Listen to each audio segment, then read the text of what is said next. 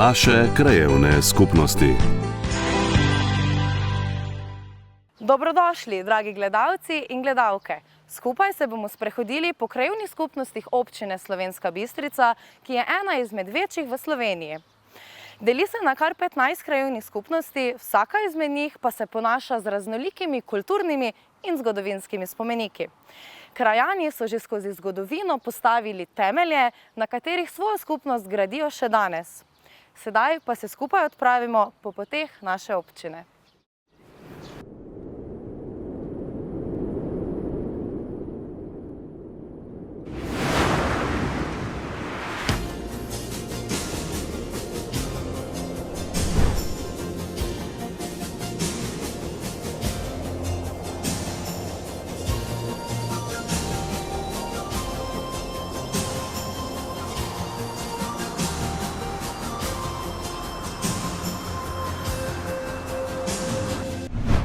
Dobrodošli na Pragerskem, ki je del krajevne skupnosti Pragersko Gaj.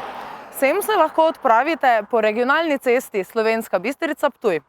Krajevna skupnost je ostalim najbolj poznana po železniškem prehodu in odlagališču odpadkov. Krajanom pa verjetno najprej pride na misel rdeča hiša, ribniki in pa seveda tradicionalno kresovanje.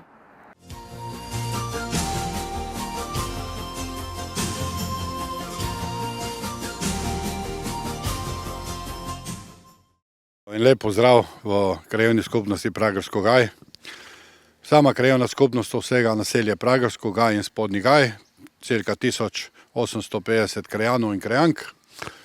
Imamo vse, kar imajo veliki, to se pravi od osnovne šole, bencinski servis, vrtca, ki žal že postaja premali.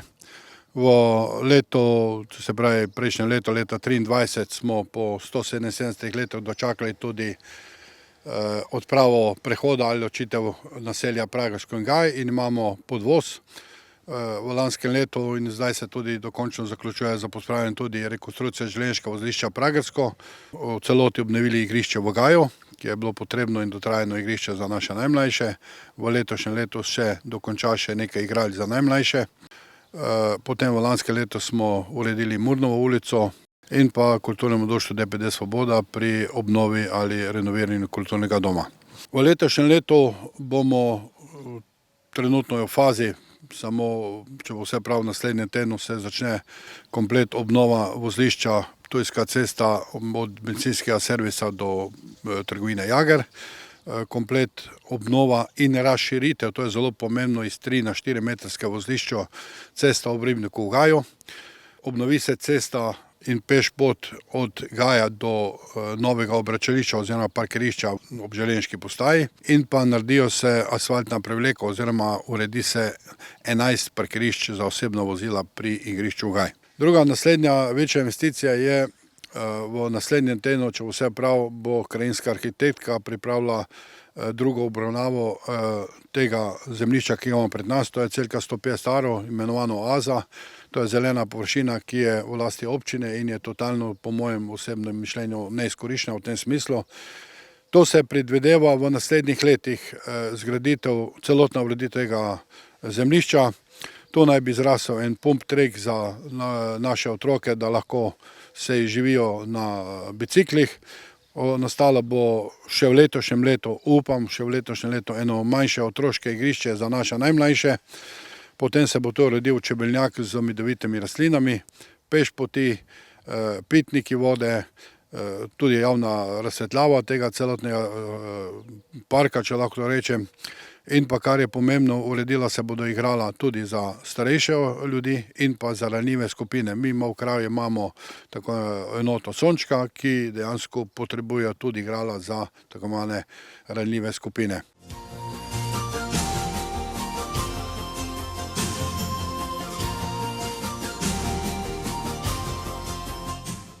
Ime Pragersko se je skozi zgodovino razvilo iz imena Pragerhof, imenovano po Krištofu Pragerju, ki se je v dvorec preselil konec 16. stoletja. Območje, kjer danes bivajo krajani, se je imenovalo Hrastinje zaradi velike količine hrastov, ki so tukaj rasli in so jih kasneje uporabili za gradnjo prvotne železnice. Prvič je vlak skozi Pragersko zapeljal leta 1846, no in takrat se je že začelo to počasi imenovati Pragerhof, torej dvorišče Pragerjev, nekako, ker je tu bilo par hišic. Nekaj časa je potem to ime Pragerhof ostajalo, v novejši zgodovini pa se potem to preimenovalo v Pragersko. Zdaj Pragersko v začetku ni bilo tako pomembno, postaja tako pomembna ali pa pravzaprav križišče samo dokler niso začeli graditi ali pa zgradili proge proti Madžarski oziroma proti Budimpešti. To je bilo leta 1862, takrat je postalo to pomembno križišče in od takrat je pravzaprav kraj tudi začel rasti. Res je, da je pravih Pragerčanov izredno malo. Tukaj so bile v začetku pravzaprav 3 hiše.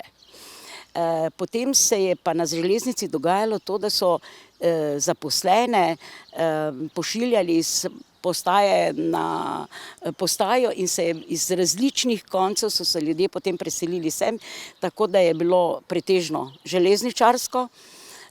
Celo so mu nekaj časa pravili vas plavih uniform. Pomemben pečat je pa kraju dala tudi opekarna.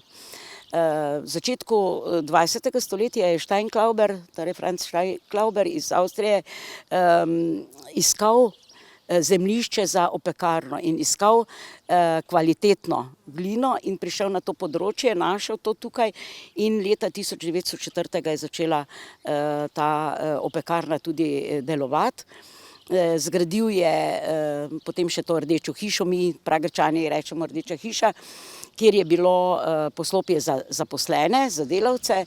Opekarna je skoraj 100 let nemoteno delovala. Zaradi nezmožnosti potrebe širitve podjetja je počasi začela propadati.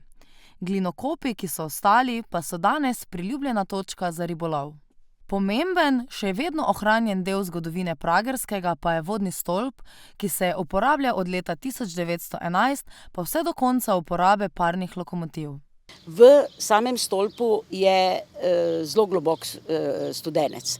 Okoli so bili še 3 studenci in v stolpu sta pa 2 črpalki, ki sta iz teh studencev v to peč, oziroma v ta kotel, kjer se je delala para, pač potiskale vodo iz teh studencev v prvo nadstropje. Namreč v prvem nadstropju tega stolpa sta 2 velika bazena, vsak drži 25.000 litrov vode, oziroma mislim, da celo 25, ali celo še več, ogromna sta. In od tam je voda po prostem padu padala oziroma tekla iz teh bazenov v eno roko, ki je napajala parne lokomotive. Med prvim in drugim tirom je bila ta roka in lokomotive so se tu ustavljale, roka se je obračala, tako da so lahko z vodo, ki je potem jo parna lokomotiva naprej s kurjenjem kurjača proizvajala, dotočili vodo, da se je to dogajalo. Vodni stolp je krajanom uspelo spomeniško zaščititi. Trenutno je v obnovi, kmalu pa bo spet osrednji razstavni prostor, kot ga poznamo.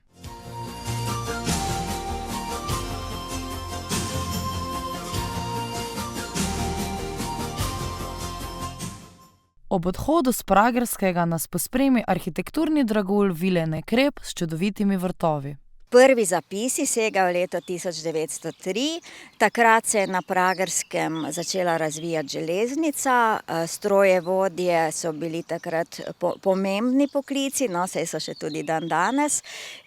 In pradedek in prababica mojega moža, Matjaža, sta tu zgradila to najprej hišo, nizko pritlično hišo, ne v tej podobi, kot jo vidimo sedaj. Potem pa je baje tista nizko pritlična hiša bil nek požar in so se leta 1914 odločili, da naredijo v tej podobi visoko pritlično hišo, ki je zdaj tudi zaščitena stavbna dediščina. V tej vili Nekrep so že od leta 1903 družina Nekrep, doživela je lepše čase in slabše čase, ampak zdaj smo tu seveda mi, že tudi preko 30 let. Za možem smo oba gradbenika, smo takrat to hišo poskušala skrbno obnoviti z svojim takratnim znanjem, seveda pa je pri taki stavbni dediščini nenehno dovolj dela. Ob njej pa je potem nastal ta vrt.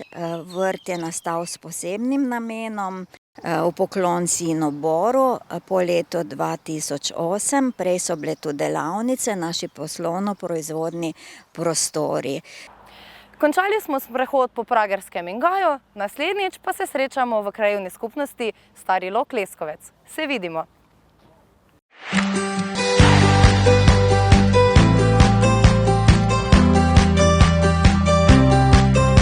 Naše krajevne skupnosti.